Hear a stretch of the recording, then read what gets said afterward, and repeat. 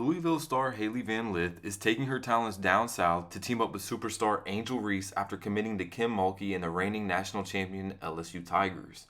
Once it was announced that she was entering the transfer portal, it sent shockwaves across college basketball, with the attention immediately going towards LSU. But when it was officially announced she was heading to LSU, it had people pointing out the dominance this team could have by drawing comparisons to Kobe and Shaq, and even the 2017 Golden State Warriors when they added Kevin Durant to their championship team. But why did Van Lith leave U of L and join LSU?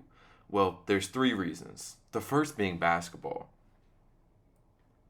Van Lith is listed as a junior, and she's graduating this upcoming May, finishing her finance degree in 3 years. But she also has an extra year eligibility due to the COVID season, which means she has 2 years to focus solely on basketball. And right now, ESPN ranks her 9th in the country out of all the players in the nation and was the top transfer prospect this year, leading her Cardinals team to the Elite 8, averaging an outstanding 19 points, 4 rebounds, and 3 assists, and was the only player to average 19, 4, and 3 next to Iowa's Caitlin Clark, who won National Player of the Year. So you may be wondering, she's just joining whatever team won the championship to make the path to success easier, like how Kevin Durant did, right? Well, not exactly. It's much deeper than that. If it was just about the pursuit of a national title, Van Lith could have done that at U of L. She helped carry the Cardinals to the NCAA Tournament Elite 8 in 3 seasons in the 2022 Final Four. However, Van Lith is an undersized player at 5'7" and is known as a scorer, not a facilitator. So she has to prove herself as a playmaker if she wants the best chance possible to have a career in the WNBA, and LSU offers her the best chance to do so. The Tigers lost guard Alexis Morris to the WNBA draft and have a void at the point guard position that Van Lith will have an opportunity to fill.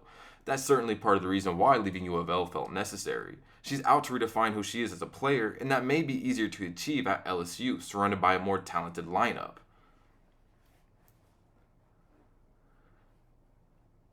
When Van Lith was in high school, her last 2 colleges came down to Louisville and Baylor. Louisville was coached by Jeff Waltz, while Baylor at the time was led by head coach Kim Mulkey, which means Van Lith already had a strong relationship off the court with Mulkey. But that didn't let LSU be lazy when recruiting Van Lith, and it paid off. During her visit, not only did Van Lith check out the basketball program, but she met LSU's gymnastics team while they crowned her during her photo shoot, trying to make her feel as special as possible. And she even met LSU's president William Tate and his wife, making her feel welcomed and at home. But besides that, Mulkey seems to embrace players with big personalities. That was evident in the way she didn't try to suppress Angel Reese through the season, and LSU guard Flo J. Johnson has music aspirations that she said many coaches recruiting her tried to discourage, but not Mulkey. And Van Lith is known for having a strong, outgoing personality herself, so she fits perfectly with the program's brand, which is led by Coach Kim Mulkey, who's known for her iconic and bold suits she wears during games. Now there's one last thing that LSU and Van Lith have in common, and that's Caitlin Clark. In the NCAA championship game, where the Angel Reese-led Tigers defeated the Caitlin Clark-led Hawkeyes in the most watched game in the history of women's basketball, averaging nearly 10 million viewers. And it was this game alone I believe will change women's basketball forever, much like how Magic Johnson and Larry Bird did for men's college basketball in 1979. Near the end of the game, LSU star Angel Reese followed around and taunted Iowa's Player of the Year, Caitlin Clark, doing the "you can't see me" hand gesture. But she didn't do that for any reason, because earlier in that tournament, Caitlin Clark did that same taunting gesture when she was beating her opponent.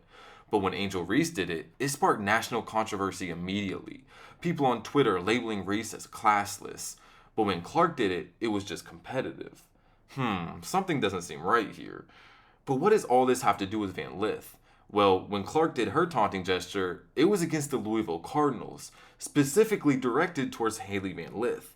However, it's not any bad blood between the two, as they're known to be friends after being roommates together when they played for the USA basketball team as teenagers. But even with that background, I can't help but think when this happened, Van Lith might have felt some type of connection to Reese and LSU after that moment.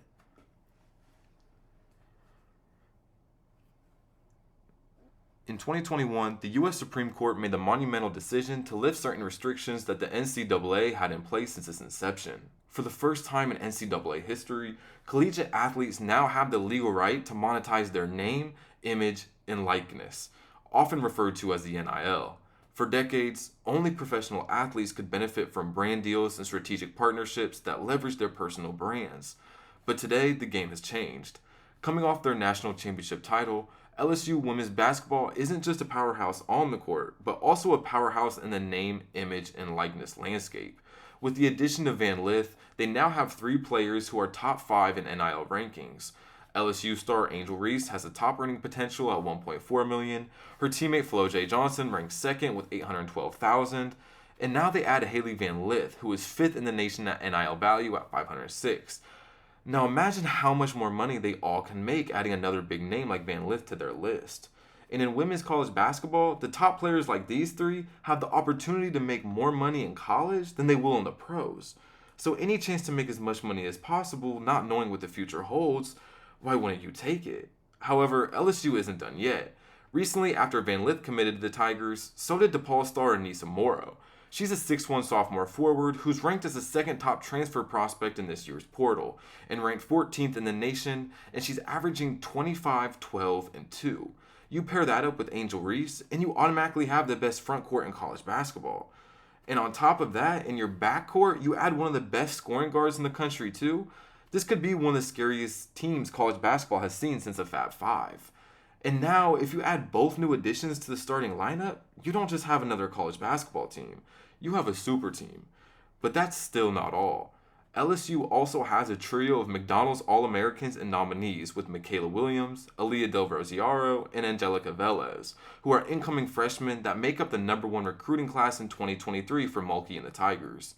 With this new look team, each game will be a new headline, with all eyes being drawn to women's college basketball more than ever. But 2 big ifs face this LSU team this upcoming season. If it stays healthy, and if Mulkey can bring all the strong personalities together like she did for the national championship run, then a repeat isn't only possible, it's likely.